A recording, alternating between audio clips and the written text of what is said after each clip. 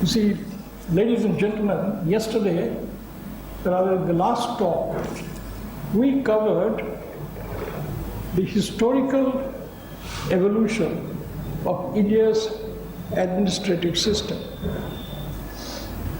Also traced the origin of the civil service. We'll take it forward today and discuss public civil service values and ethics in public administration. I intend to cover today the first part, that is civil service values and ethics. In the next lecture, I would like to discuss with you the internal governance structure of what we call the private corporate sector, and also ethics in international relations. To take up the first subject, civil service is essentially an instrument of governance. What is governance? This requires a definition. I'd like to go by the definition of governance as laid down in the report of the Second Administrative Reforms Commission. Because whatever we discuss, whatever we learn, has to be contextualized. That is, it has to be in the Indian context. Governance has been defined as, I quote, governance is the exercise of economic, political, and administrative authority to manage a country's affairs at all levels. I repeat, the governance is the exercise of economic, political, and administrative authority to manage a country's affairs at all levels. Okay? Now, here we have to take a broad view of the civil service. As I mentioned to you earlier, the definition of civil service is all posts which are borne, the cost of which is borne under the civil side of the budget, as distinct from military and judicial side of the budget. Civil service in India, when you talk about it in the context of UPSC examination, really relates to the central civil service. You should appreciate this point, and not the civil service that exists in the states. You are aware of that, I won't go into further. Now, the civil service is not a monolithic structure in the government of India. As you might have noted in my notes, it has evolved over the centuries. The Defense Accounts Department, which is the, you can say, the administrative department of the Indian Defense Account Service, claims that their service began in the year of the Lord 1747, long before the East India Company got the Diwani of Bengal. So they are as old as 1747. Okay. Like this, if you go to Survey of India, they began soon after the Battle of Plassey. So, broadly, I would say that this complex structure that we call civil service can be divided into some categories.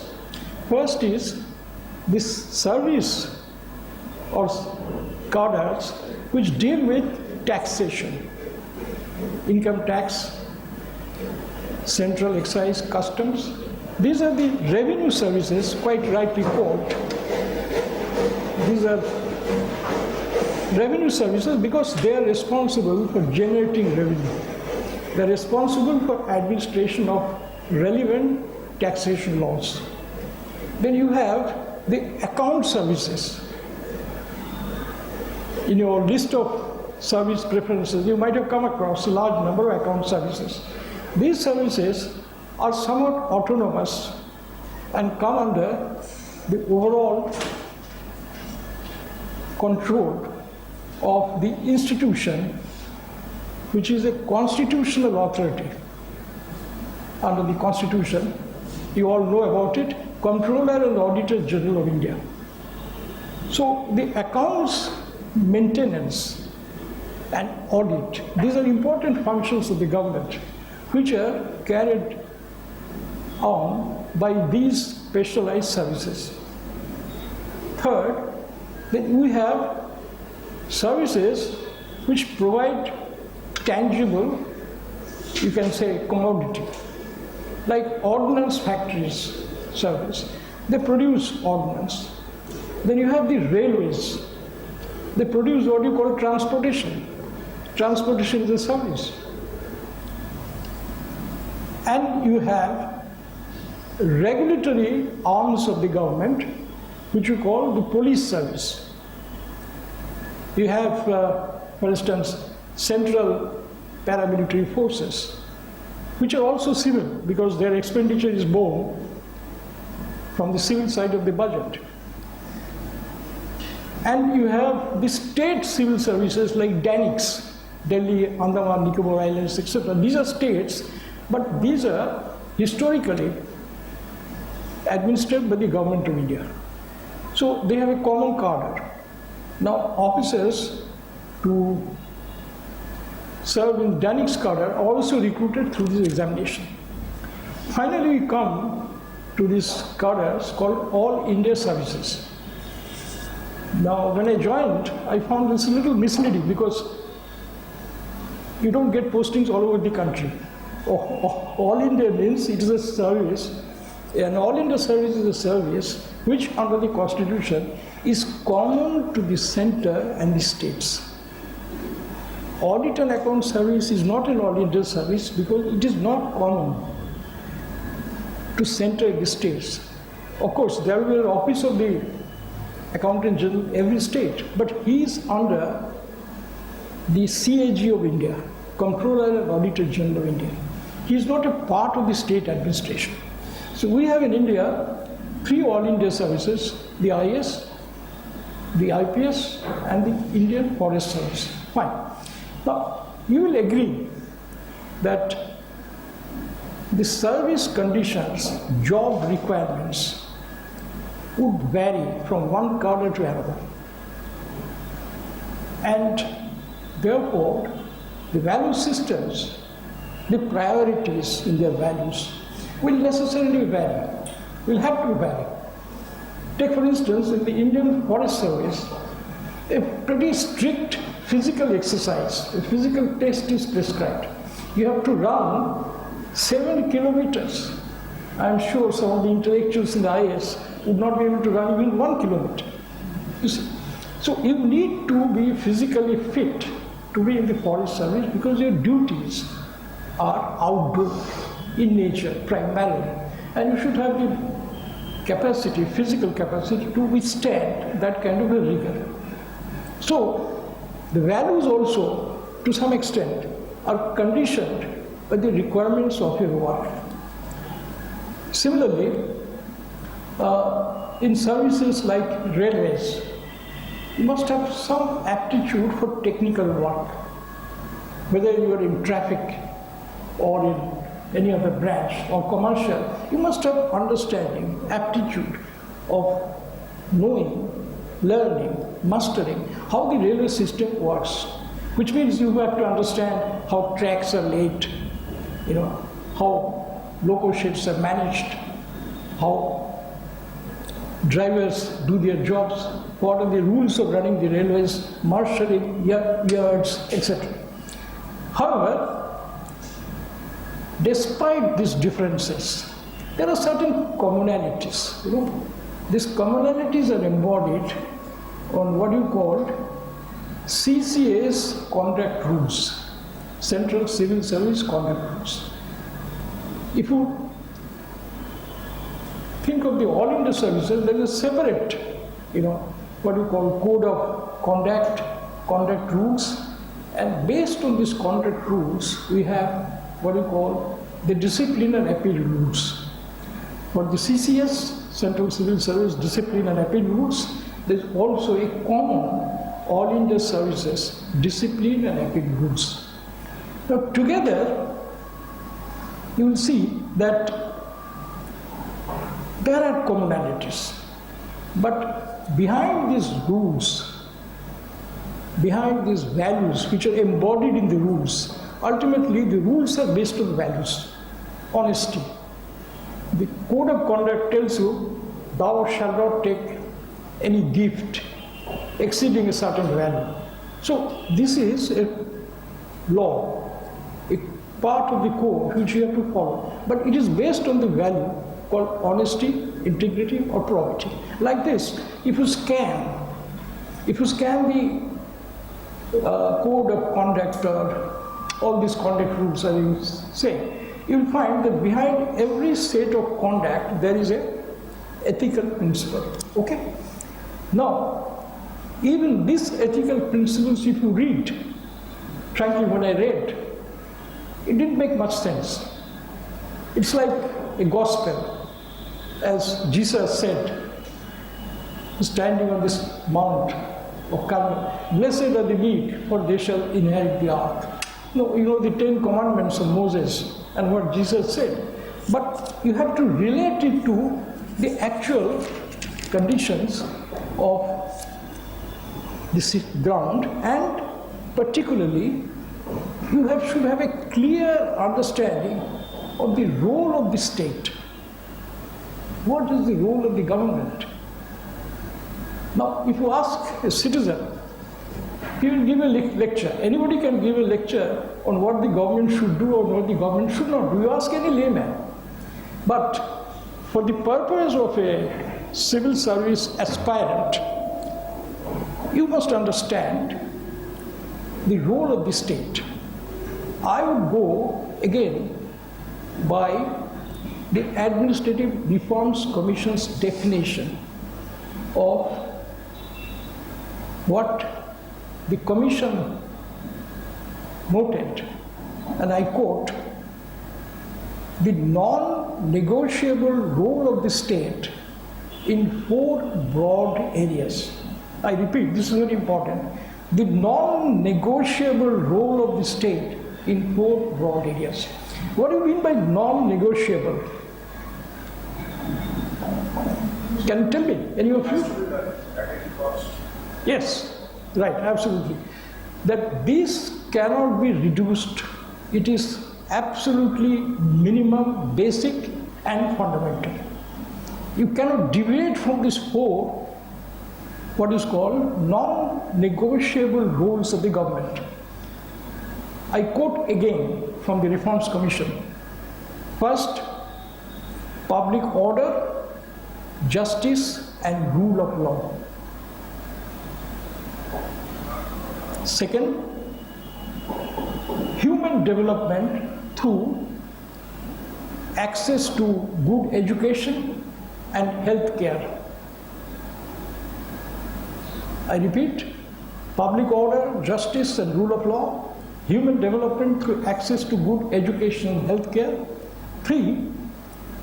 Third, infrastructure and sustainable natural resource development and management. This is extremely important because you know about the Millennium Development Goals of the United Nations. UN, and India is a party to that, has adopted Sustainable Development Goals. So India is a signatory to the United Nations Declaration and the commitment to adopt a development path that is sustainable.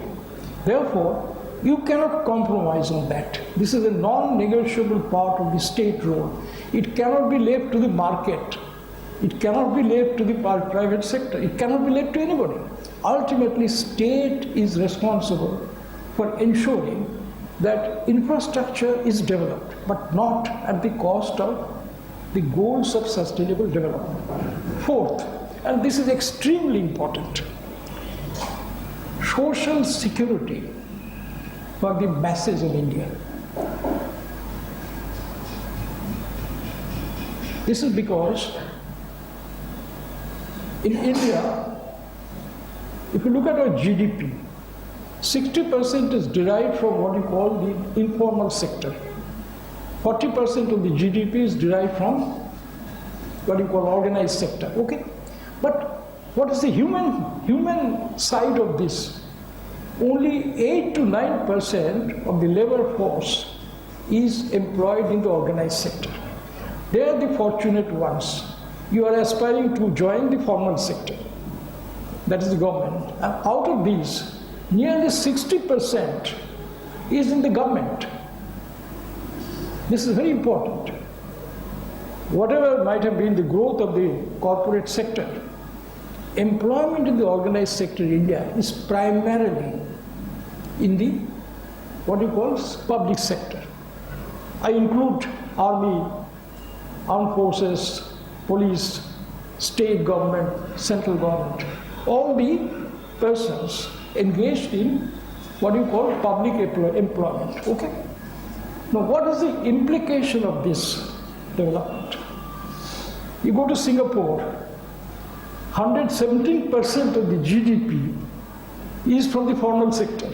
Why more than 117%? Because a lot of GDP that comes from outside, if you add up with the whole thing, if I go for a cup of tea anywhere, I get a receipt and the 4% tax. You can't do anything in Singapore without paying tax to the government. You take the case of the United States. Despite the free market economy, the proportion of people engaged in organized sector is over 80%. Okay? There are many self-employed persons, no doubt. But what it happens in sociological terms or in political terms is what is called, I quote, asymmetrical power relationship in the society, unquote. Asymmetrical. A-S-Y-M-M, okay. What is meant by asymmetrical relationship? Which means some people who are in the organized sector, lucky to be in the organized sector, and also who belong to the better off sections of the community, they hold a disproportionately strong political, economic, and social power. The rest of the people who are engaged in the informal sector, they really don't have much to fall back upon if there is a crisis, say illness, accident, a sudden death in the family, a breadwinner due to accident on the road loses his life. So social security is lacking. Social security is a source of empowerment.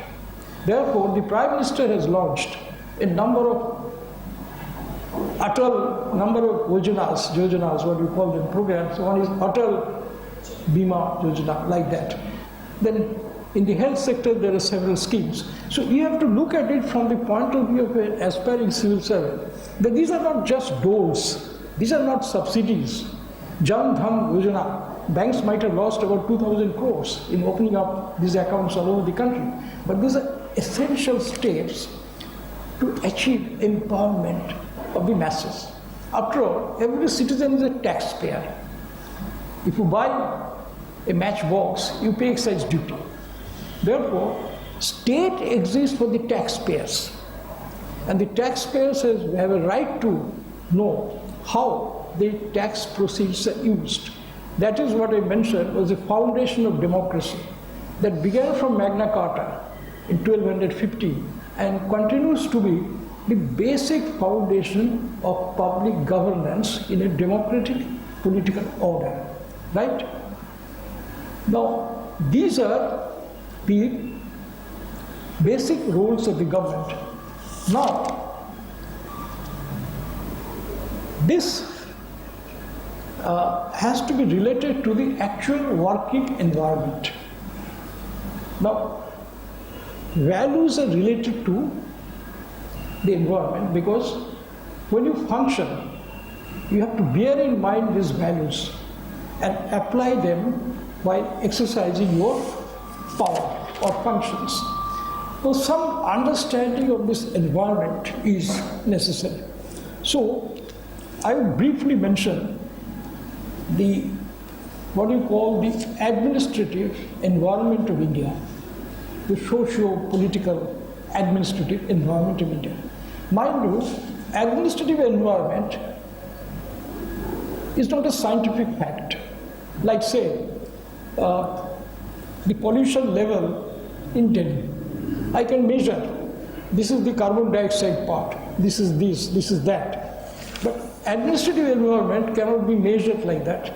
It is a product of several circumstances, each an independent variable by itself. Now I am listing some of these, you may add any number also, but these are some of the basic facts which one must bear in mind. Because your value systems, when you talk about impartiality, respect for rule of law, equality, just and fair. Now, in every blessed literature, you'll hear about fair play, justice, or say equality, But these have to be related to the environment.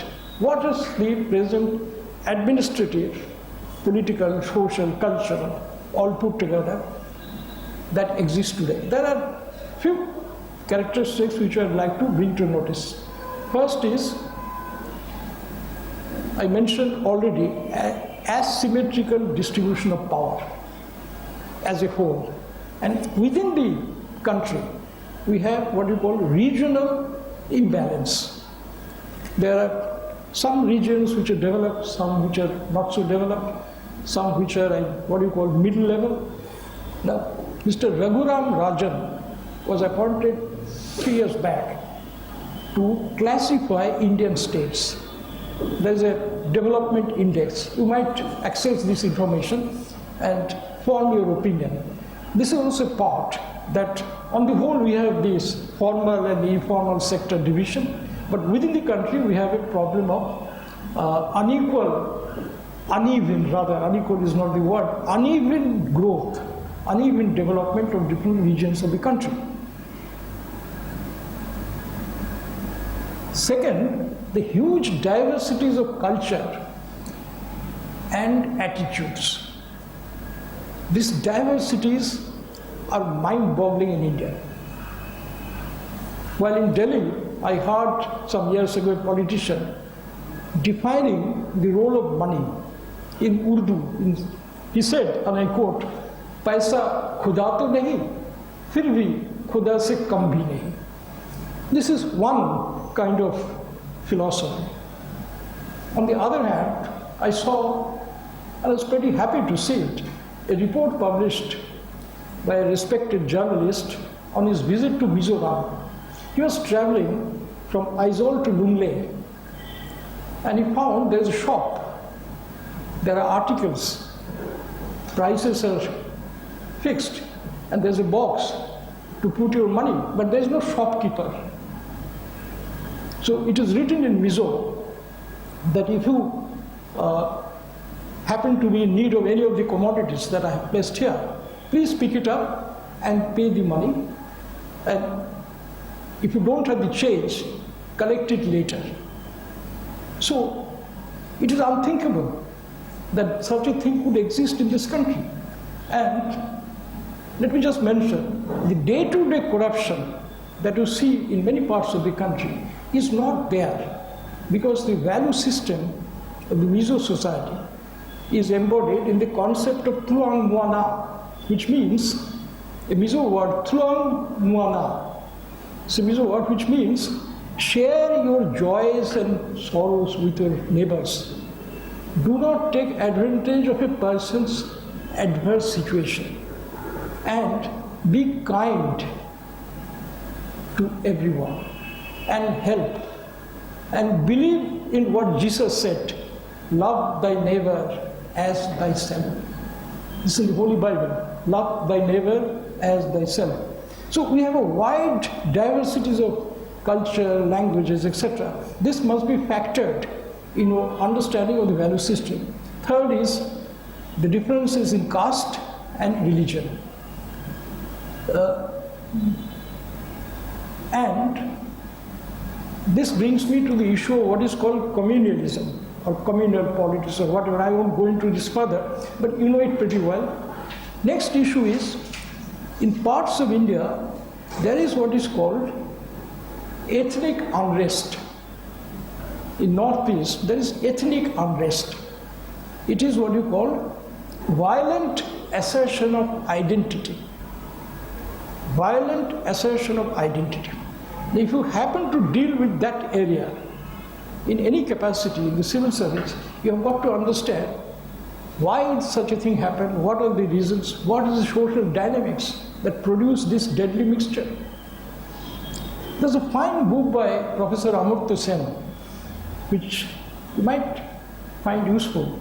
The title of the book is Identity and Violence. Identity and Violence. The Illusion of Destiny. The Illusion of Destiny.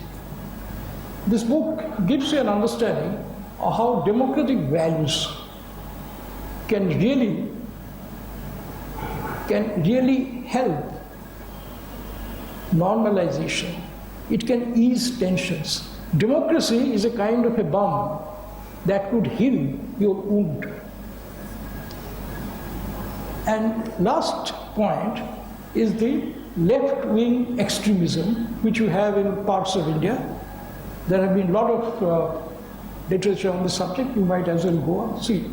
So what I'm trying to say is that the value systems are not to be read as just abstract principles, but you have got to be able to relate those values to the actual situations of the ground. And while implementing anything, taking any decision, etc., please bear in mind these features of the environment, particular to a place, relevant to a particular place. And value system, therefore, are a complex kind of thing. It is not easy to understand.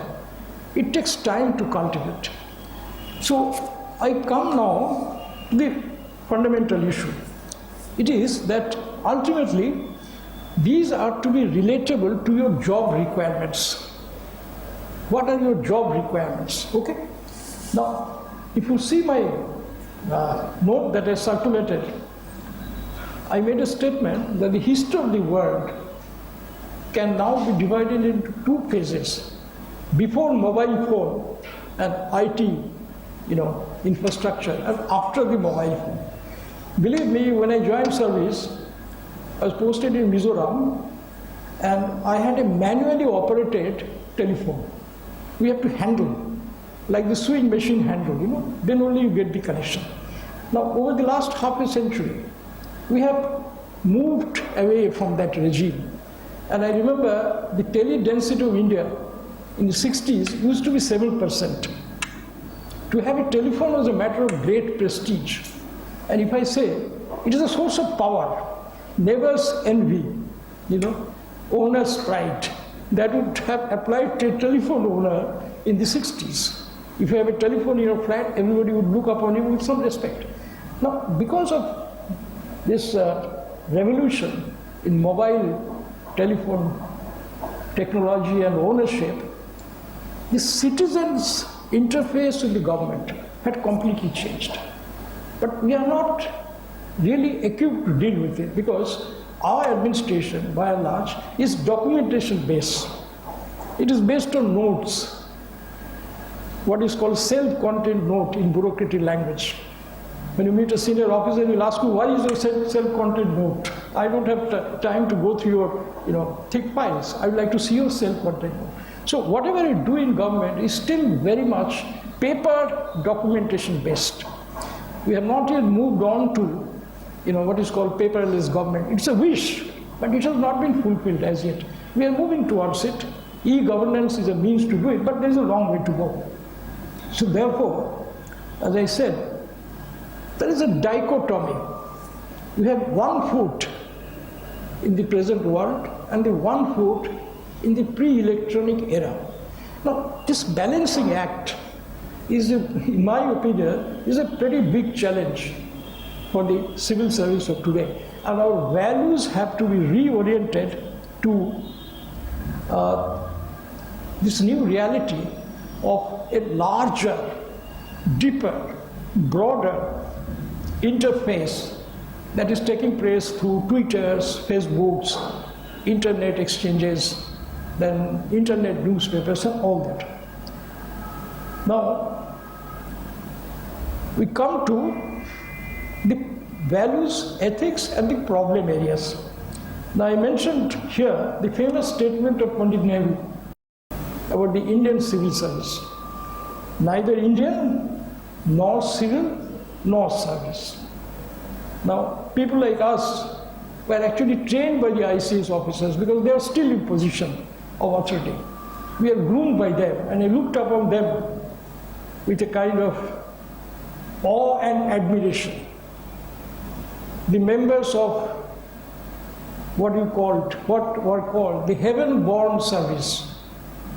The Indian civil service was the heaven-born service. Only those who were born in heaven could really get into it. But Pandit Nehru had punctured that balloon. He said, this is neither Indian, nor civil, nor service. Now this was said in the year 1932. And in the report of the Second Administrative Commission, I find a comment not much different from what Pandit Nehru said in 1932. I quote, this is from the report of the Second Administrative Reforms Commission. It's a kind of, well, I won't say compliment, but something else to all of us. I quote, civil service and administration have become wooden, inflexible, self-perpetuating, and inward-looking. Lack of a clear system of accountability. I repeat, civil service and administration have become wooden, inflexible, self-perpetuating, and inward-looking. You'll agree it's not a compliment. It's not something to be proud about. When somebody describes you as a tribe full of people who are inflexible, self-perpetuating, and inward-looking. What is meant by inward-looking? Inward-looking means you find talent only among you, your own colleagues. You develop what you call, don't quote me, a mutual admiration society. Now this is certainly not inimical to attainment of the goals of a democratic state or the values which are enshrined in the Constitution or the objects enshrined in the directive principles of state policy. I will now discuss some of these, what you call, core values. But before that, I again ask you to kind of bear in mind that these are relatable to the cadre to which one might belong, because the duties vary. So this should be treated as a kind of a gospel, basic principles which you must follow, which will be relevant, whatever might be the sphere of your work. But these will have to be tailored, and the weights might vary. You know what I mean by weights is that one particular trait may carry more weight, say in account service. It may not carry that much of weight in, say, ordnance factory service. So your capacity to give due weightage to the particular qualities that I'm going to mention would depend on your own assessment, your own understanding of what quality you need to cultivate most seriously, most assiduously, and with utmost perseverance and effort and intellectual effort. But some of these, as I said, it is common to all services. The first is, and these are some of the thoughts that I have compiled based on my own experience in administration and going through certain books and all, so I'd like to share with you. The first is an abiding faith in continuity with change. an abiding faith in continuity with change. Civil servants are not revolutionaries. They are not Naxalites, intellectually. See, they are not there to break this system from within. You are a part of the system, and your utmost effort would be to change, but retaining the continuity. You understand this pretty well? Any question on this? Any doubt?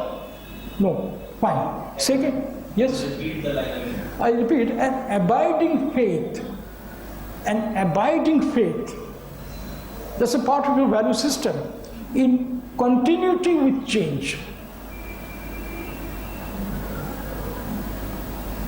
Okay? Second, and this is applicable to all services, a high level of professionalism. You will be respected because of your knowledge and skills of your profession. A high level of professionalism, which means thorough knowledge of laws, rules, regulations, and bylaws, executive instructions, precedents, and case laws. This is very important. If you are an income tax officer disposing of a case, somebody has appealed against your assessment of income, you must know the tax laws, you know the case laws, you know the precedents, and on that basis you decide your case order. In civil service, in most spheres, you are not the last word. There is a level above you. An aggrieved citizen might as well go and file an appeal. So please bear in mind, your professional competence will be judged by the number of cases which you decided and which were upheld by your superiors. Is an IAS officer whose orders are always set aside by the Board of Revenue will be an object of ridicule. आपका पूरा order वहाँ से खारिज होकर आ रहा है, आप क्या बैठ के कर रहे हैं? All your orders are wrong. So please remember, professionalism is what makes you a civil servant. And people come to know very quickly, because in the civil service, nothing is private. You have passed an order in your authority in exercise of powers conferred on you by the income tax law. If I am not happy with your order as an assessee, I go to your superior authority, Deputy Commissioner of Income Tax, and he sets your order aside with your objection, with an observation that the learned income tax officer did not apply his mind. Now, you would not like to be told in writing that it has been found that while disposing of this case, you have not applied your mind. What will your reply? Your reply will be, thank you very much, sir. From henceforth, I will apply my mind more vigorously, which means I will study this matter more and avoid such mistakes. So there is an immediate assessment of your work in the eyes of the public. This is extremely important. Okay? So these are the knowledge of rules, regulations, etc. These are the basic tools of a civil servant, enabling him to acquire a leadership role in your work. Ultimately, a leadership role is what we expect of a civil servant. You are a leader. You are not a lowly clerk or something. You are today income tax officer or a SDO, but tomorrow you could be a district magistrate. Third day you could be a chief secretary. So therefore your leadership role is built, founded, established on a concrete basis of professionalism. There is no compromise on that. Third, a deep inquisitive mind with a flair for writing. This is extremely important. The language of administration is English in most central government departments, practically all. Therefore, flair of writing in English as well as in the official language in the area is essential. Next, a commitment to probity, honesty, integrity in private life, because a member of a higher civil service is always under the glare of the public. The moment you decide to join civil service, you have no private life. Once you are posted in any official capacity, please look up and see something. Office of the income tax officer, office of the subdivision officer, office of the district magistrate. If you are a marketing manager of Vodafone or Nestle or any of the private companies, just manager, whatever it may be. But what does the word office mean? It is a legal term. You are holding a public office, and this office has been created under a statute. It is not some Nawab's office. The office of the income tax officer is the creation of the Income Tax Act. And you hold a public office. You are expected to discharge functions under the Income Tax Act. You are accountable under the Income Tax Act. Because your orders are appealable, as they say. So this is something that you must remember. The way you behave, the way you talk, there are hundreds of people that are observing you, and they will talk about falana sab to aisa hi hai, ghumte hai, falana sab bazaar mein ghumte hai, come. Should avoid visiting the bazaar. There's an ICS instruction that the Indians are in the habit of loafing around in the bazaars. This is the Indian habit. When they have nothing to do, they avoid this trait. You should not be seen in the bazaar or buying something or the other. You send your peon, somebody, let him do this job. But you would not be seen in the bazaar. And I scrupulously followed it.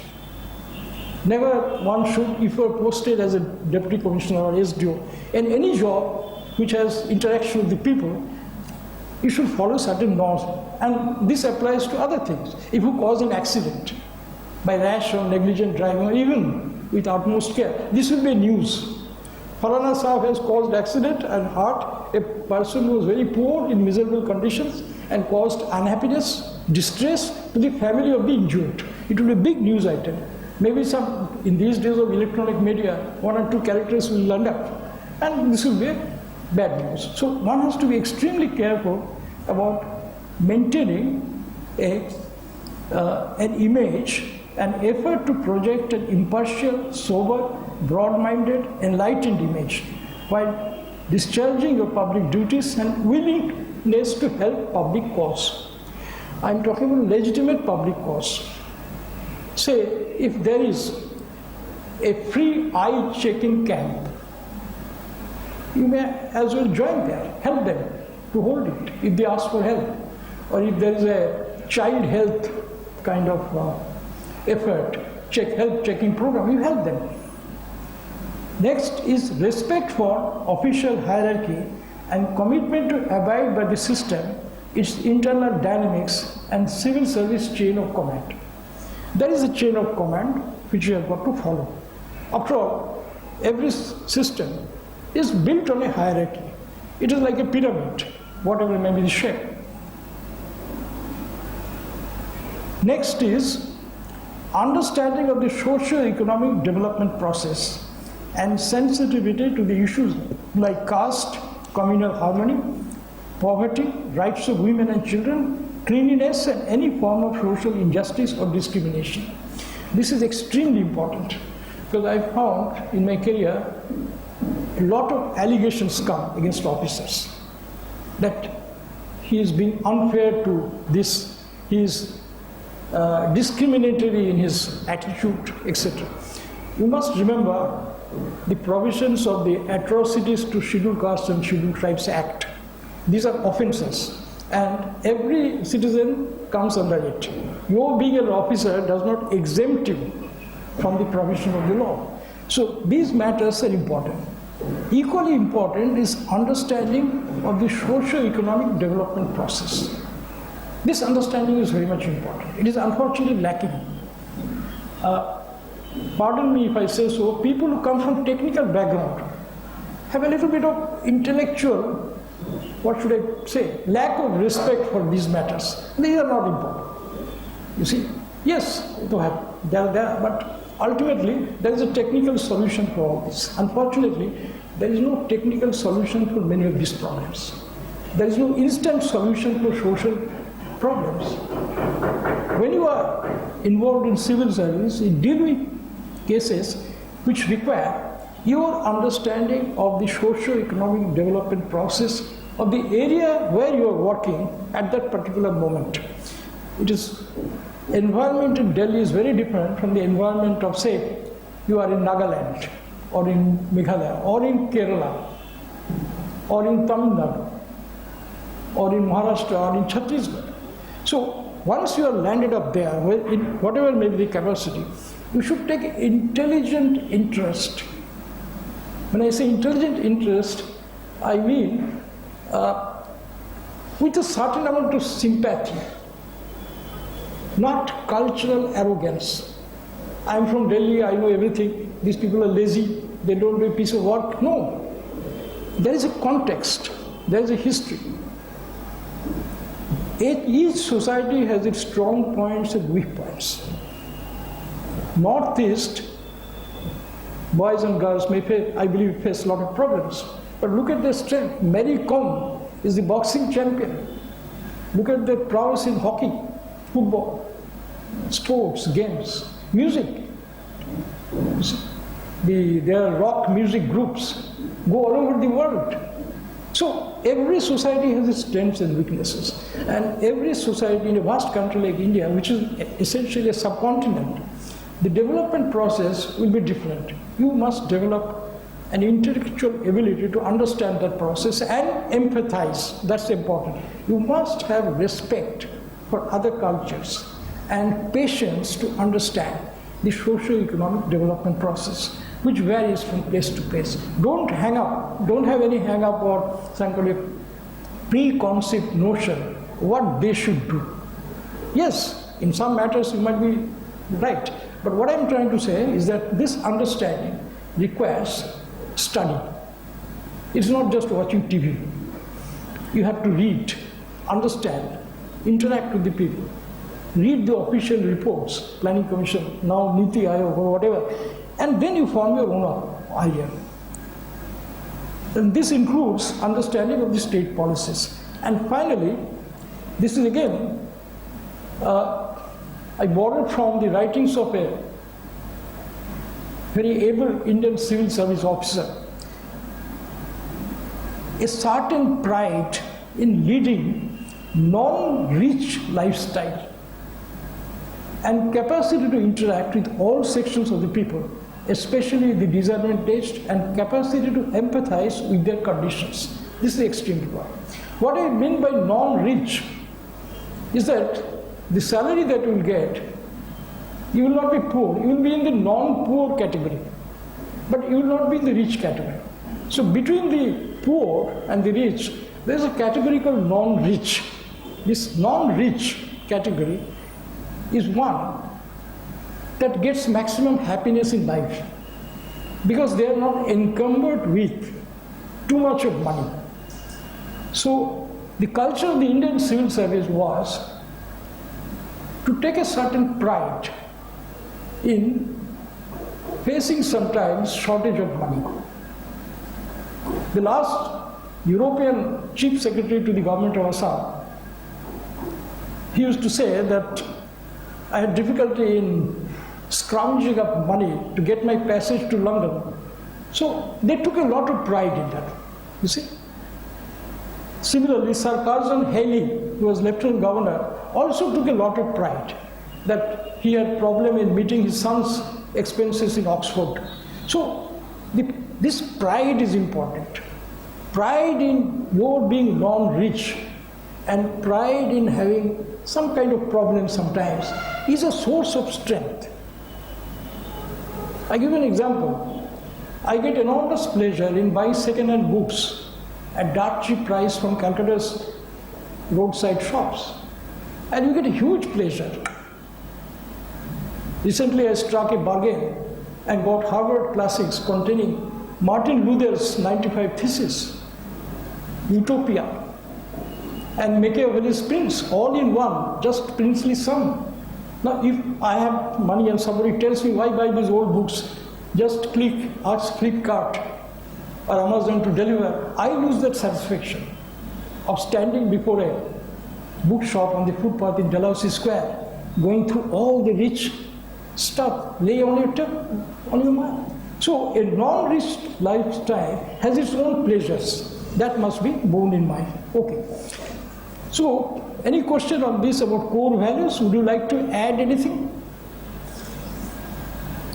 Fine. In that case, if you agree, we come to a practical problem. What do you mean by adherence to these values? Is it in total? You see, remember the limitations of a person who drafts the code of conduct. He cannot allow exceptions. It is not possible. It is structurally, philosophically untenable. And therefore, adherence to these values depends on sometimes the subjective conditions. However, the subjective conditions vary, but if one tries to stick to these principles all the time, you will find that you reaching the target is becoming closer and closer. But if you start compromising, it is not possible. You will recede further. You will be moving away further from the object. So the constant effort should be to achieve a pretty high degree of adherence to the rules. So the first response would be, I must follow the rules. And 90% of your problems will be solved. And you will have mental satisfaction as well as moral strength. Two things you will get.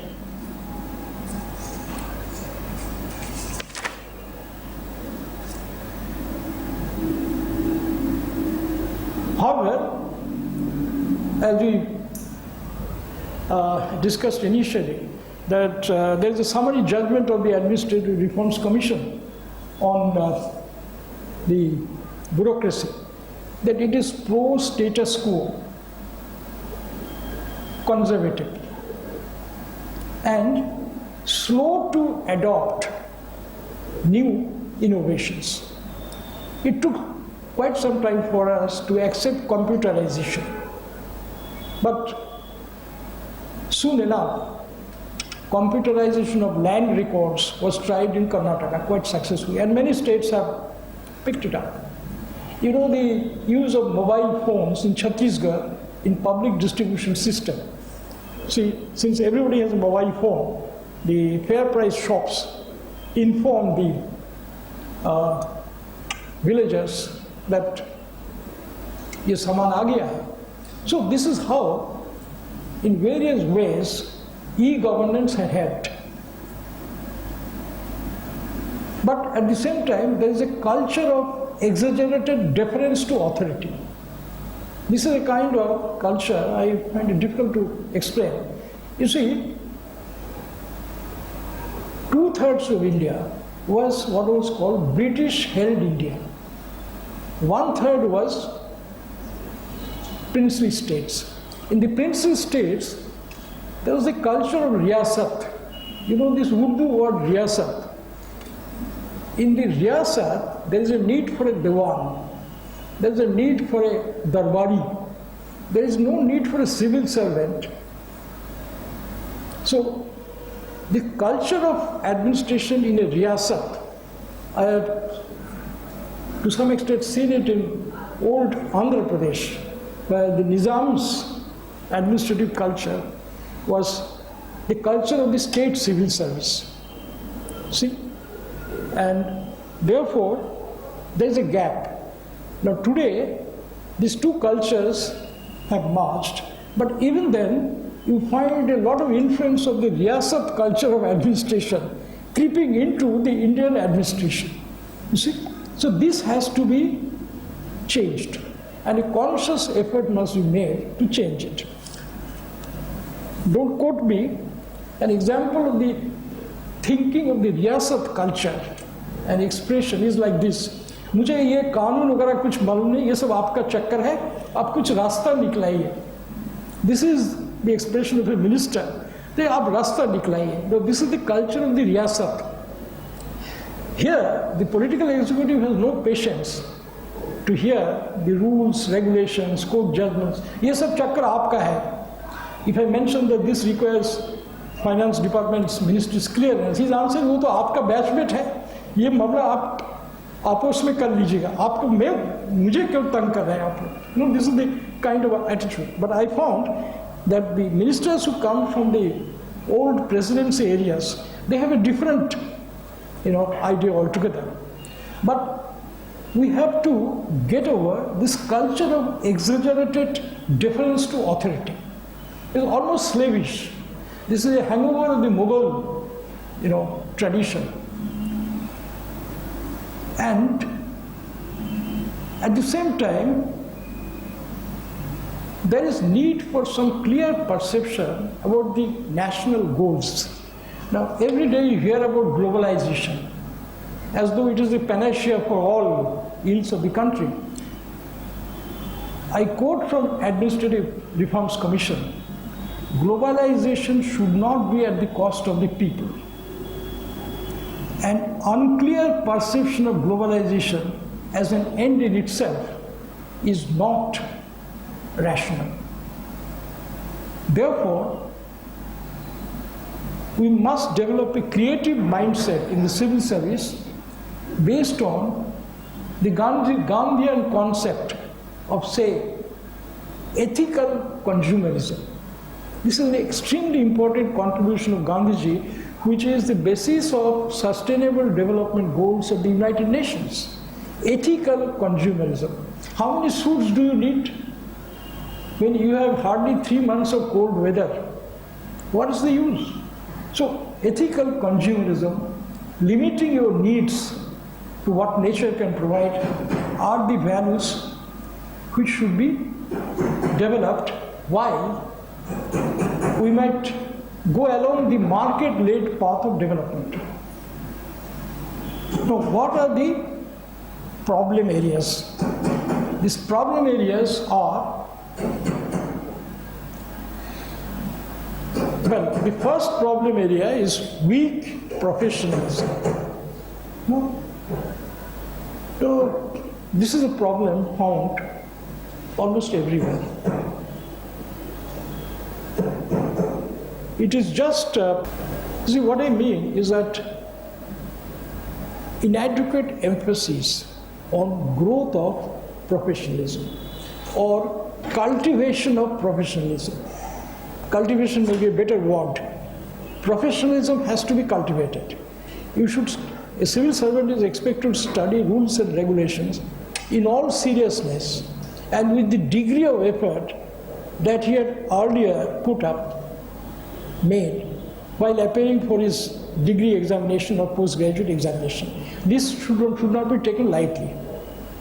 You may find it a little boring, but they must take it up seriously. Why? Because suppose you are dealing with some income tax matters, etc., or you are in the treasury, you do not know the financial rules, you will be in great difficulty. Not only that, there is one thing which I must tell you, that in India, there is a culture of anonymous letter writing. It's an Indian phenomenon. The moment you join as a SDO, somebody will write a letter against you that Falana Saab tennis ज़्यादा खेलते हैं, काम में दिल इतना नहीं है. All kinds of people will write and give you a copy also. In Assam, this is a peculiar practice. They give you a copy also for your kind information. unnecessary action I enjoy. In fact, I preserved some of these letters. In other words, you are on the public gear. Apart from the electronic and other media, individual person may feel aggrieved and send something to you. Now, this officer does not know law. I had the misfortune, actually misfortune, I had a rather unhappy experience of having to inquire into allegations against an officer. The allegation was that he doesn't know law, so he's Peshkar, court inspector, he writes judgment for him, and he only signs. And in the process, Peshkar is making a huge amount of money. It's an extremely serious allegation. Okay? Now, therefore, weakness of professionalism, weak professionalism hurts public interest. It is not in the public interest. So, cultivation of professionalism, cultivation of knowledge of rules, regulations, etc. is a public duty, because it enables you to discharge your functions as a civil servant. And therefore, it is in the public interest. So, this is a major problem area because of the culture of, as I mentioned, the culture of excessive respect to the authority. Sometimes people feel that there is no need to cultivate professionalism. Your promotions ultimately depend on grace of the Lord and others. Therefore, there is no need to cultivate it. But in the process, the officer is undermining the institution. Just think of the office part. Office is an institution.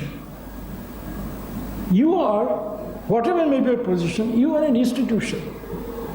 And your personal performance raises or downgrades that particular institution.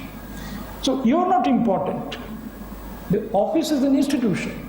And you are an institution. Your job, your duty as a civil servant is to leave the institution in a better frame, in a better shape than what you might have inherited. This is in line with the famous statement of Sri Aurobindo. Sri Aurobindo explained, when he was asked by a European, why does a Hindu touch the feet of his father? Why? Why does a Hindu touch the feet of his father? We don't do it, we shake hands. Hi, how are you? I'm fine. Why does a Hindu touch the feet? Sri Aurobindo replied, this is a communication between the father and the son. If the son is enlightened, his mind would have such thoughts. The thoughts are, Father, I touch your feet. Your life is before me. I have seen your strengths, your weaknesses. And there is a slate before me which you are going to leave behind. I learn from your mistakes. I learn from your good deeds. My object is to leave behind a slate cleaner than what I had inherited from you. If every generation tries to do this, a stage might come when the slate will be absolutely clean. That is what Gautam Buddha called nirvana. Then you won't have to be born again to this earth. So here, this kind of a philosophy really applies to civil service.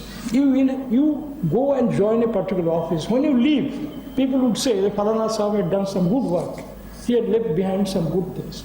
That is your reward. Not the increments or this, that or the other. The reprobation, the appreciation of the people is your wealth. So professionalism, therefore, is directly relatable to performance of public duty, and therefore it is essential component of public interest. The other problem follows from that. Lack of professionalism creates a culture that some jobs are good, some are bad, some are mainstream, some are sideline. This perception is wrong. all jobs in the government are equally important. A friend of mine was in the Ministry of Defense. He was transferred to the Department of Women and Child Development. So people started joking. The seat of power, south blocks के से तुमको शास्त्री भवन के कूड़े में कोई गली में फेंक दिया. But he found this job extremely important. He was dealing with the incidence of anemia among the Indian women, which has attracted the global attention. Why is the Indian women suffering from anemia despite your green revolution? Why? And what is the consequence of women suffering from anemia? If pregnant women are suffering from anemia, the children are weak, underweight, So he later on felt very happy. He said, I am dealing with a problem which ultimately impacts on our defense forces. I am trying to improve the health of the women and children. इससे बड़ा काम क्या हो सकता है? It's more satisfying. Intellectually, you could compare what is happening in China. Why China doesn't have this problem? Why Pakistan, why Bangladesh is having a better profile, in child health or women's health? Why? What are the reasons? It's because of a diet, or because of this, that, or other. It's because of a social culture of denying food to the girls. Ultimately, out of this emerged this girl child. This emphasis on girl child that you see today is the outcome of 20 years ago, some kind of research findings of the department, which established that one of the reasons is perpetual denial of food to the girl child in the family. So, therefore, satisfaction could be anything, any job. So, this perception that some are good, some are bad, some are decorative, some are bad, leads people to cultivate constituencies, favors, they try to see favors, cultivate politicians, etc., and undermines the value systems of the civil service. Next point is loss of creativity. See, creativity is the essence of administration, and creativity cannot be defined. It is application of your own knowledge, which you might have acquired during your period in the university. You could apply to any sphere, whatever may be the sphere of your work. And this is the basic rationale, justification for the civil service, that there is a provision for in-service training. Most of us get the opportunity to go abroad, study at Oxford, Cambridge, Harvard, God knows, come back with some knowledge, some not so useful knowledge, but you are exposed to the larger world. Could you introduce some of these things that you might have seen elsewhere and introduce it here? Or whatever you might have seen anywhere in the country. Now, this was the strength of the IAS. In Madhya Pradesh, one of our senior colleagues, Dr. B.D. Sharma. B.D. Sharma was collector of Bastar. He found the ruthless exploitation of the tribals. So he became a crusader. And over the years, he concentrated on the tribal development and welfare. Eventually, he became commissioner for scheduled castes and scheduled tribes. For some time, he was vice chancellor of NEHU, Northeastern Hill University. But throughout his life, he had a mission to uplift the conditions of the tribals. So, it is this kind of a commitment which is required. It may not be even related to work. There is an officer by the name Mahadevan whose interest was, he was a physics student, but he was interested in deciphering Mohenjo-daro Harappa script. And throughout his life, he went on reading. And today he is recognized as one of the pioneers in this effort. He had not fully succeeded, but he had enabled, the knowledge to advance sufficiently. That was his contribution. So this kind of creativity was shown by a number of IIT-trained IAS officers who were posted in the districts. They introduced e-governance, computerization, and a continuous induction of such efforts, a continuous effort to extend knowledge to the field of administration, not laid down in a rule book, is really what makes life worth living, and that has to be cultivated. Everyone could cultivate it. And finally, the failure of leadership in the civil service in the states, also at the center to ensure proper career planning, growth of professionalism, which has caused frustration and negativism among the civil servants. Now, the failure of leadership is a major factor. We have circulated the case of Sanjeev Chaturvedi. This is an example of failure of leadership. A person like him deserves to be encouraged, supported, to improve the system. What happened was just the reverse of that. I have added few more points. One is the gradual loss of institutional memory. This point requires some explanation. See,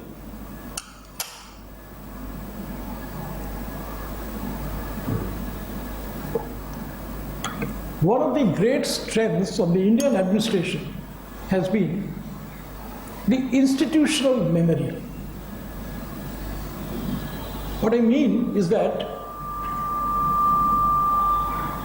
every ministry or department in the state or the center should have the memory of the past. Have you heard of M.S. Randhawa? You know, he was an ICS officer, but a painter of considerable reputation. His Kangra paintings are printed by National Book Trust. You might have a look. But M.S. Randhawa had written The History of Indian Agriculture. It is a classic. It traces the origin of crops in India, and it's eye-opener. I did not know that jute was not a crop native to Bengal. After reading Randhawa's book, I learned that it was introduced by the British. Like so many crops, vegetables, that you see around. Coffee, tea, rubber, many spices. So institutional memory is what is important. And this institutional memory is the basis of policy making. During your study of current affairs, you might look into the border problem in Assam. Go deep into it, you find that in 2003, by amending the Constitution of India, the government of India extended the provisions of the 6th schedule of the Indian Constitution to Bodoland. Now, I won't go into details. This is a case of, in my view, of failure of institutional memory. Now, having lived and worked there, we have the kind of, I should say, firm opinion that based on whatever documents you have, while making the Constitution, while drafting the Constitution, the chairman of the drafting committee on matters relating to minorities, tribals, etc., noted that some parts of the old province of Assam were declared excluded and partially excluded from the process of political reforms initiated in India under 1935. So these areas, hill areas, were excluded. And the responsibility for administering this area was with the Governor General. The Governor General delegated this power to the Governor. Third, some areas of Assam were under Bengal Eastern Frontier Regulation 1873, which is known as inner line permit system. To go to those areas, you have to take a permit. Arunachal Pradesh is one such area. Mizoram is one such area. And Nagaland is one such area. So, the 6 scheduled areas, or those areas which are either covered under inner line system or partially excluded or excluded areas. These were defined as tribal areas. This was extended to Bodoland, whole of which was never a tribal land before 1947. And a good part of Bodoland was a part of the old province of Bengal, where the permanent settlement of Lord Cornwallis was introduced. So, how do you extend, the issue I am trying to raise is how do you extend the 6th schedule to these areas? It is like extending 6th schedule to Karol Bagh. If I declare Karol Bagh as a tribal area tomorrow, it would be like that. Because the area was under permanent settlement, zamindari system, it was never a tribal area. Only some tribal belts and blocks were created in 1948 on political considerations when the Bodo identity was merging. Now, I would say this is one example of a loss of historical memory. And what are the implications? Implications are that in the Bodo land, the Bodos are about 35% of the population. So what happened to the non-Bodos? In the 6th scheduled area, tribals enjoy some special rights. Now, therefore, by such action, you see the non-Bodos suddenly deprived of their status or reduce their status as Indian citizens.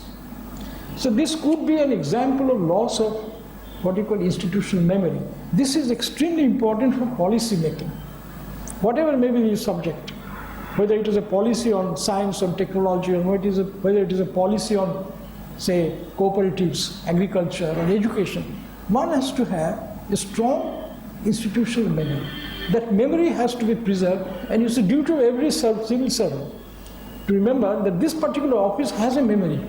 That this memory should be there for people to be guided later. And last important point, one or two. One is this relationship between media and the civil servants. This is an area which has not been adequately covered. Suddenly you find that a young lady with a camera who suddenly lands up before you and extends that microphone and asks your opinion. And many civil servants, I'm told, these days are faced with this problem. Something happens and people land up at your doorstep and you've got to say something. So the relationship between media and civil servants should be very, very clear. As far as possible, the code of conduct lays down very clearly what you should do, what you should not. By and large, I follow the maxim, avoid media to the extent possible. Overexposure, or even limited exposure, has its problems. And one has to be extremely careful in choosing words. That is very, very important. Next point is a lack of due appreciation of Constitution and rights-based approach while dealing with issues affecting public order.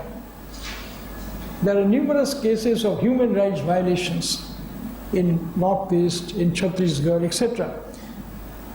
due to lack of appreciation of Constitution and the rights of citizens and the duties of these citizens of India.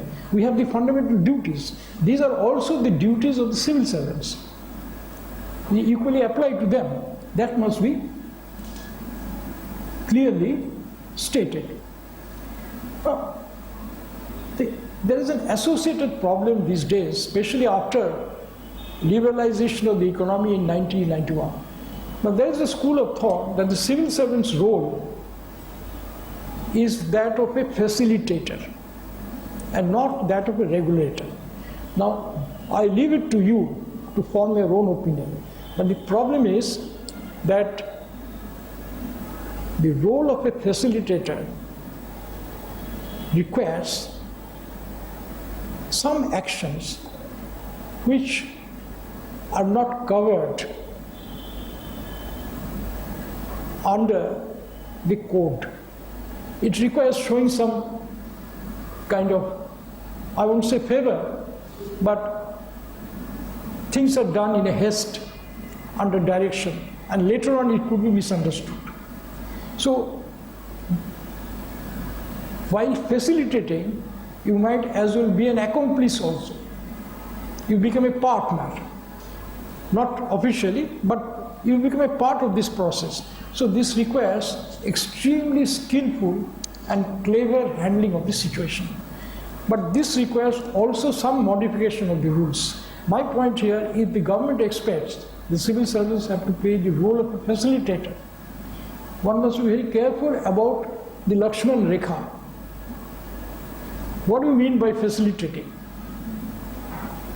So this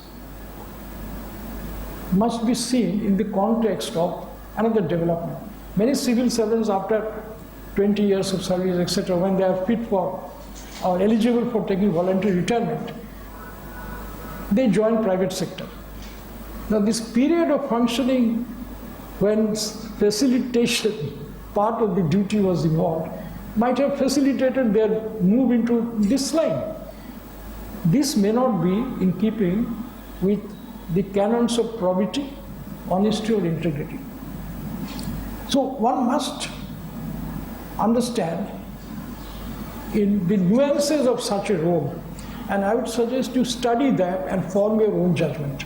My own personal opinion is this is not a correct reading of the duty of the civil servant, because nowhere this role of a facilitator is emphasized in the civil servant's conduct. See, helping role is different from facilitating. You become an active participant in the process, and it could find expression in some questionable activities.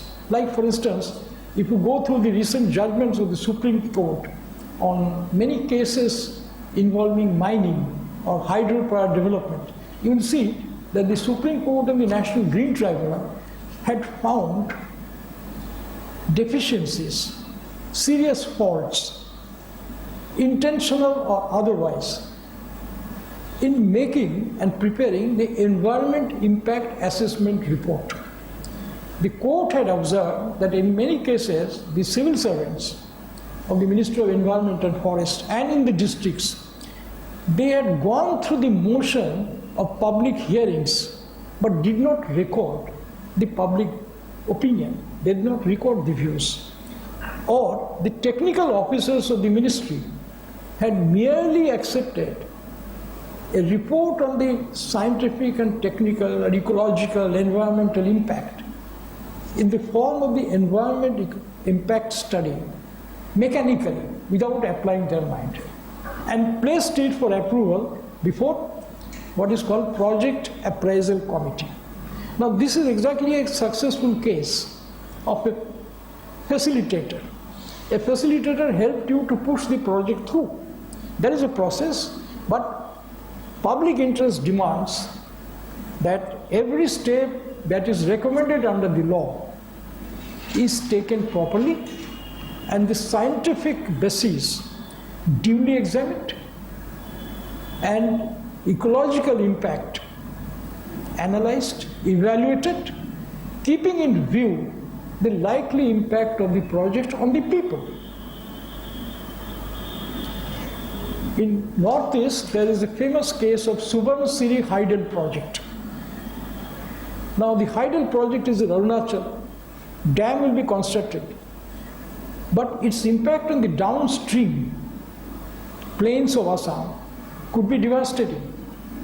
It could be in the form of sudden floods, flash floods, erosion, etc. So, point here is that this particular role of being a facilitator has to be seen in the proper context without jeopardizing, without compromising the public interest.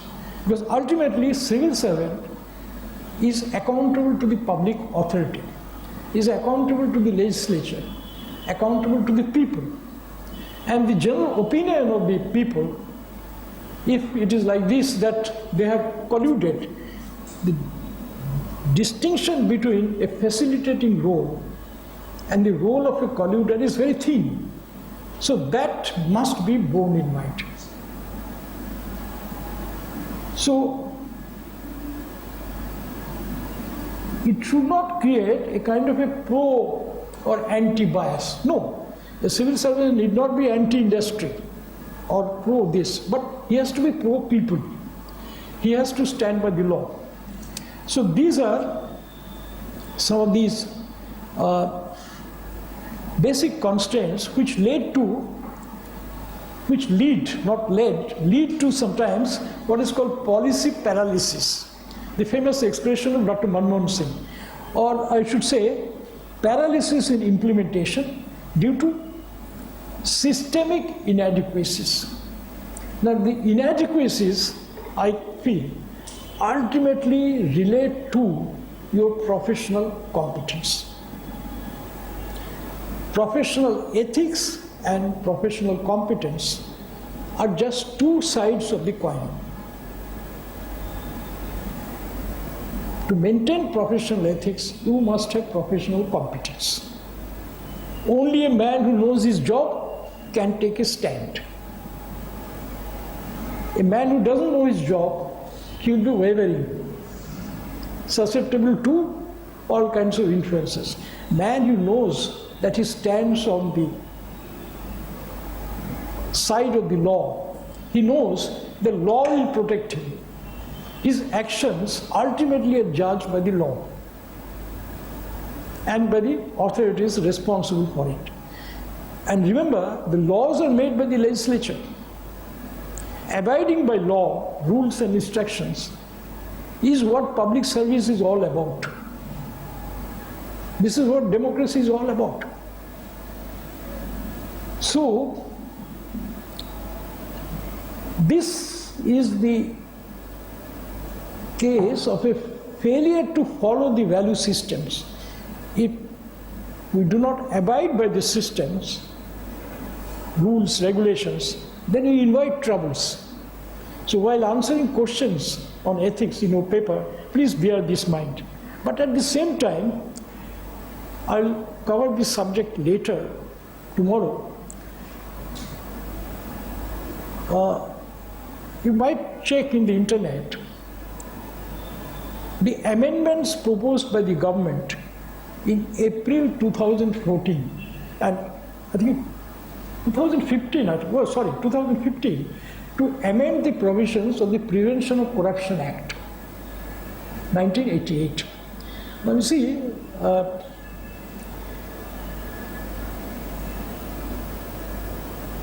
when a civil servant, here civil servant means officers of the higher level, at the level of decision making or policy making, takes a decision based on the available facts and in good faith and on application of rules, regulations, etc. It takes a decision which is approved by the political executive through the due process and becomes a decision, a public kind of a policy or a decision. Whether such an action can be questioned later. Now, under the existing law, which was amended during the time of a former finance minister recently, a section was amended to make causing loss to the government is considered a criminal offense.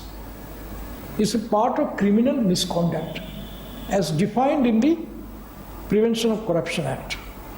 Now here, time is important. Now, at a certain point of time, you take a decision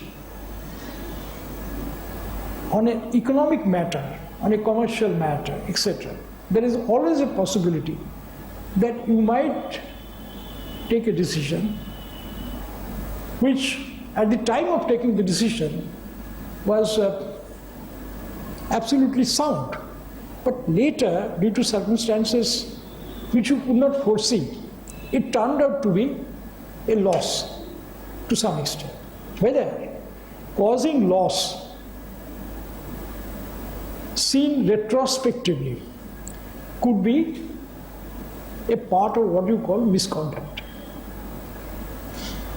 As I mentioned in the last lecture, you might as well go through the recent judgment in the special CBI court in the case of a very distinguished IAS officer, Shyamol Ghosh, who was chairman Telecom Authority of India and secretary also.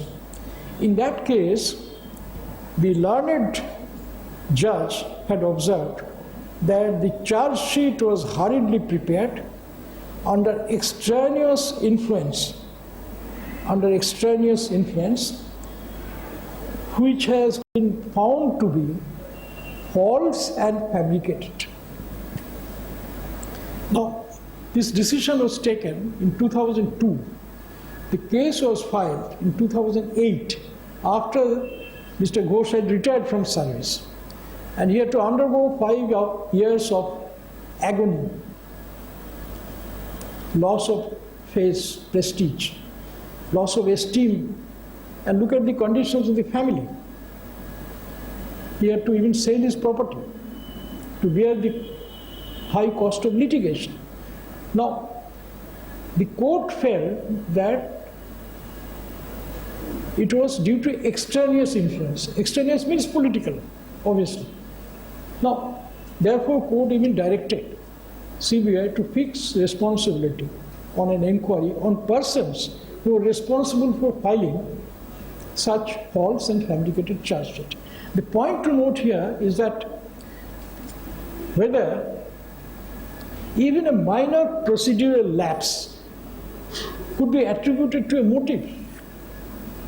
So this whole provision is something that has weakened the decision-making initiative of the civil servants.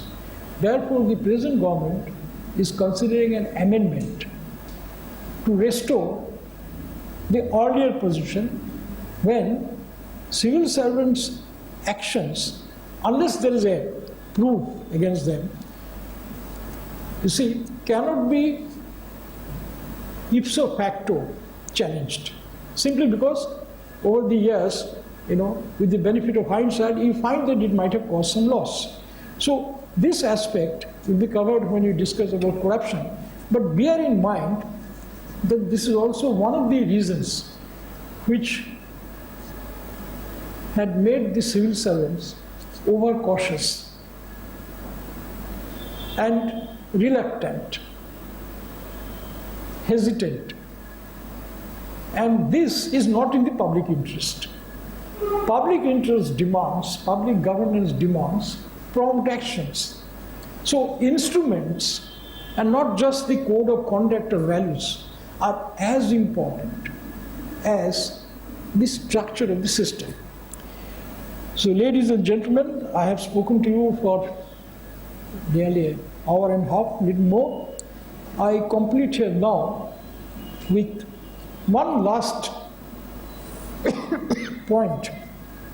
While you talk about the values of the civil servants, we should not forget about the values of the society. See, civil servants emerge from the society. We are not like the British ICS officers who might have come from Middleton or some place in England, Middlesex or Scotland or somewhere. We are emerging from the society. Now, the growth of the political class in India is something that you must take interest in it. When we joined, the politicians were mostly lawyers, teachers, trade union leaders, or peasant leaders. The first category used to dominate the political class. Most of them were lawyers in courts, so they had understanding of law and respect for the magistrates. Because after all, some of them might have appeared before me as a lawyer with some petitions of this, that, or the other. So we had a different kind of rista. Over the years in India, there is a change of the structure of the political class in India. I need not go into it, you know. You see the composition of the Lok Sabha, Rajya Sabha. You find gradually, we find a lot of people connected with business, trade, contractual work, you know, hospitality. Other businesses, they also are getting involved in politics. This change in the composition of the political class has this effect. Number one, they have a definition of public interest which is not in keeping with the Western definition of public interest. You see, the concept of democracy that we have adopted requires cultivation of values which strengthen democracy. And these values are respect for laws, rules, regulations, etc. Now the people whose professions have been such that unfortunately expose them to the wrong side of the system, they might not be in the best position to appreciate these values. They in fact perceive them as obstacles. This is the reason why the transfer posting industry has become a big business in some states of India. This is because of what you find criminalization of politics. And that definitely has distorted. Democracy is not all about holding periodic elections and forming a government. It is about a continuous improvement of the system of governance based on a broader, a wider concept of public interest. What was not considered in the public interest may now be considered public interest. I mentioned about the clean air, good public transport, good education, affordable health care. These are important areas of public interest. Therefore, one must take into account the deteriorating conditions of, say, public life. People are confusing public interest with private or sectional interest. In India, that has been a problem. There is no clear definition of public interest. I remember many years ago, I was working in an autonomous district council in a 6th scheduled area. The members of the powers of the minister, they openly asked me that मेरा constituency में ये program होना चाहिए क्योंकि मेरे voter जो है ना उसको we must keep them in good humor. So here is a case of a public facility being given to a particular location which might be otherwise meeting the requirements, but there could have been a better, more deserving village where this facility could have gone. But because they didn't elect him, he didn't consider it important. So this is because of a perception, a confusion between public interest and private interest. Now, democracy requires a more straightforward definition, a correct definition, which is transparent. Transparency is required for this purpose only, that the public interest is best served, not what you call qualified, etc. So, this plus some kind of a specter of a spoiled system in America is haunting India, that people can be appointed to government directly, etc., as in US. Therefore, there is some kind of a, I would say, demoralization among the civil servant also. But that, I think, is unfounded, because Indian system is too strong, rule-bound, and the courts interfere in every decision because of greater access to judiciary, that you find as the strength of the system. I do not consider this as a threat, but I feel that we need to have a serious public debate about the concept of public interest and public service, and obviously the accountability of the civil service. With this, ladies and gentlemen, may I conclude, and I'm open to any question that you may feel like asking. Yes, sir. What the last part is sectional or partisan interest should be identified separately from public interest. So like in your example, only the representative asked you to do something in the constituency from where he was elected. But like how to identify, like and he's interfering in your mandate, like it is your onus to decide where the project should be implemented, and you will be able to see that where it can be implemented in the best possible way. But again, the representative is, he's representing the will of the people, and that is democracy again. How to balance those? Okay. Here, how to identify, sectional or partisan interest from public interest? the professionalism that you mentioned suggests, requires, demands that the facts of the ground are placed before the civil servant. What are the villages affected by water shortage? What are the villages least affected? What are the villages which are worst affected? These facts and figures must be placed before the person. And even if the minister insists on it, he should say that yes, this is the area. Your area is this, but your area is not so badly affected. There is an area where the people are badly in need of a drinking water facility. Money is scarce, resource is scarce, needs are many. So let us sink the tube well there or whatever. Next year we'll take care of your case, perhaps, if funds permit. A diplomatic reply.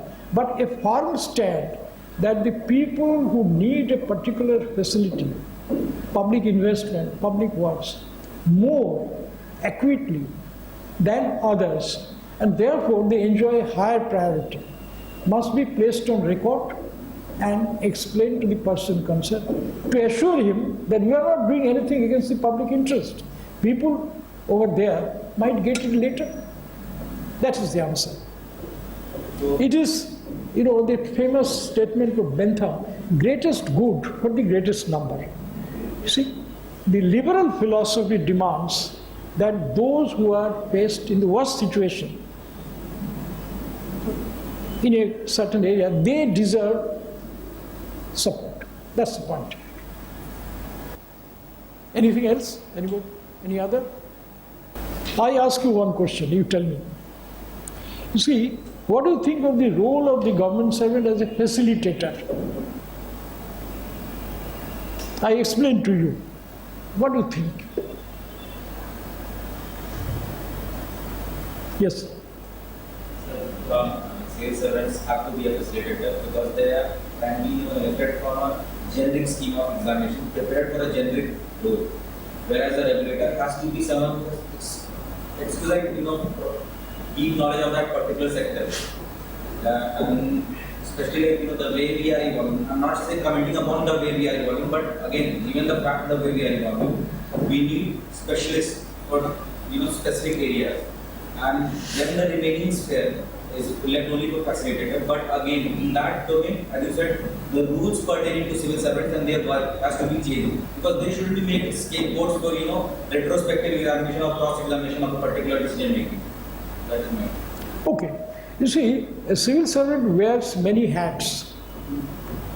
Today you are a facilitator. Tomorrow you may be a regulator. So therefore, as a regulator,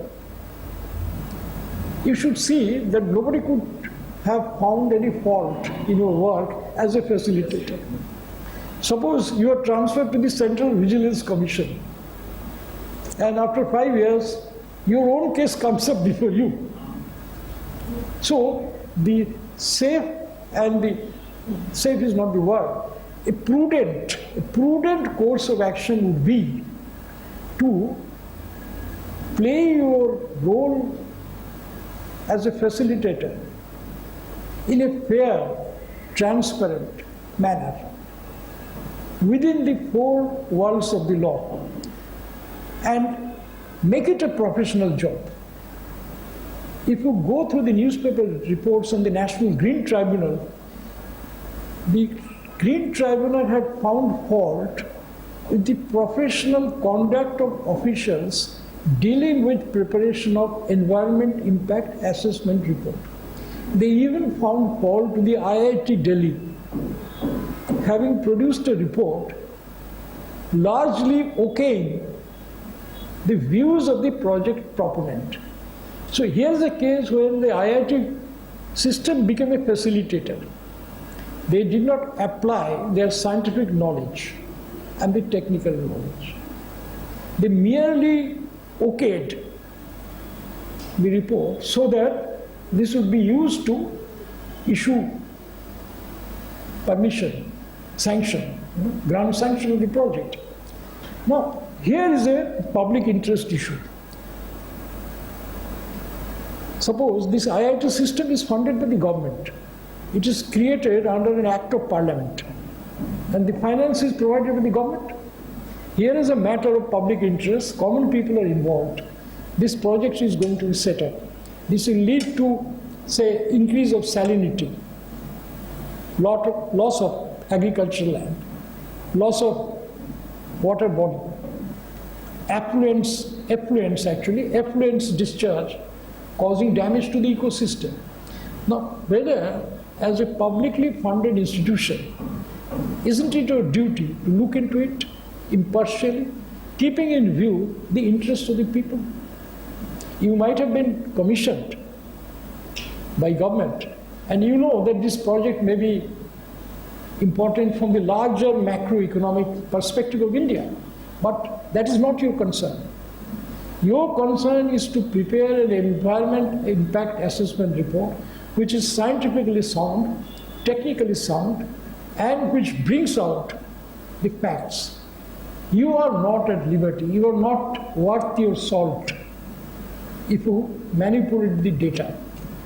So therefore, if you think that your role is a facilitator, no.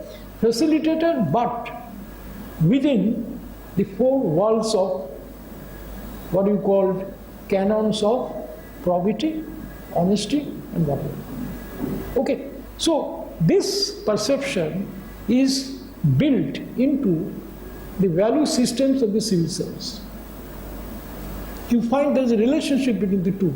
There's a relationship between cultivation of professional, what you call excellence, and cultivation of values like honesty, probity, and integrity.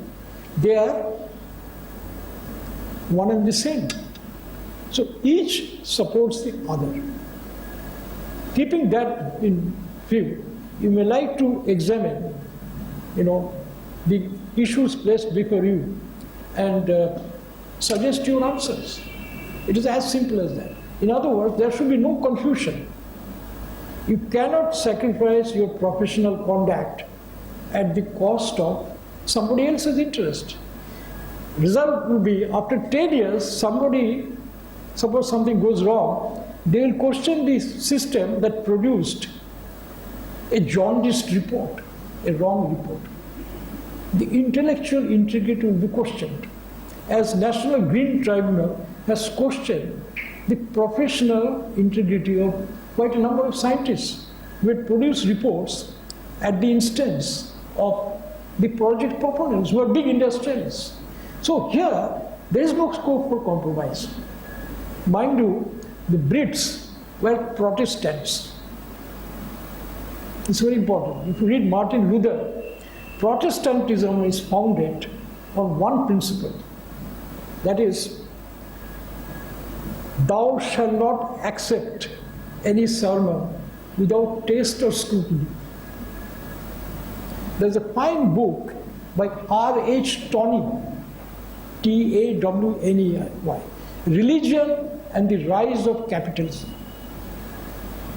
during my young days, this book was almost a primer to understand the growth of capitalism, industrial development, and what happened later on. The Protestant ethics is a comprehensive kind of philosophy. Each supports the other. So professional excellence is matched, synthesized with the value systems. Thank you. Any other? So, when you talk about the role as a facilitator and as a regulator, you have like two separate mindsets which you need to apply when you're dealing with problems. So, they will be definitely at conflict with one another. Well, answer is no. If you look at what a regulator has to do, regulator is the creation of the law. Okay? Just place yourself in the position of food and drug regulator.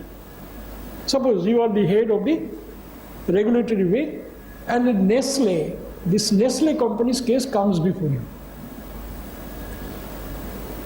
As a regulator, you have to see whether on chemical or scientific analysis, Nestle's product of Maggi or whatever, whether it conforms to the standards of health, etc., laid down in the rules.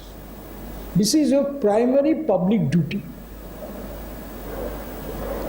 And if you find on the basis of tests that they have violated, you have no option.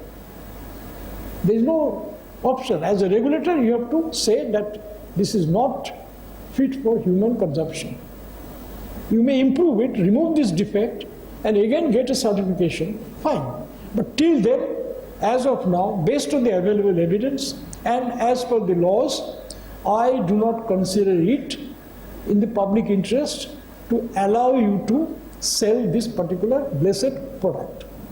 So your role is like this. So in every matter, whether you are in telecom, whether you are in DRDO, whether you are in the what is called standards and designs, or any regulatory work, you are to do that. And what you do and how do you do it? By what you call professional excellence, your professional competence. Your judgment is based on your professional knowledge. Apply that knowledge. The same thing you do when you work as a facilitator. So in other words, whatever job you do, ultimately, it is your professional competence, your commitment to the profession and commitment to the value, truth, integrity, honesty, probity. You don't see any contradiction. So whether you wear the hat of a regulator or a facilitator, you are bound by the law. And you cannot take liberty with the law. If you do it, you will be in difficulty. And if you follow the law, as I said again, law will protect you. Your conscience is clear and nothing more. What is more important in life than to have a clear conscience? And conscience is happiness. As Gandhiji said, happiness is godliness. This kind of happiness that you derive from taking a conscientious action is what makes life worth living. So therefore, I do not see any contradiction, whatever roles you may discharge. These values, and backed up by your professional excellence, and mind you, professional excellence is not achieved once. It is a continuous effort. You might have been a first class graduate or whatever, but remember, this is only your degree. In the course of your life, you have to go on studying, enriching your knowledge and experience. And then that, to maintain a standard of professional excellence throughout your career, requires a conscious intellectual effort. And that is pretty hard work. That's what I could say. And that will stand you in good state. Nothing else can empower you. Not the blessings of the bosses, no. what really helps you ultimately, the nation will recognize your worth by all the qualities. Because, mind you, throughout your life you are being watched by people. People are watching you. You are not just a single individual. A civil servant is visible. So that visibility should be good visibility. It should not be a negative visibility. So negativism, no. A positive image ultimately pushes you through. And not only in civil service, if you wish to move on to teaching, research, you could as well do that. You may move on to United Nations and help the world to develop its goals, whatever it is. But mind you, early stage is the stage when you cultivate these habits. Later, it may be too late. So, like charity, it should begin at home. Cultivation of excellence in profession, the professional demands must begin early. And that will help you to decide matters in a fair, transparent, just order, enable the country to reach the goals of democracy. We have a long way to go. Thank you. Any other? Tell me, please. Okay. Any of you? No. Thank you very much. I had great pleasure in talking to you, and may I have the honor to wish you all the very best in your endeavors. And if you find this talk has been of some help, I'll consider my efforts amply rewarded. Thank you.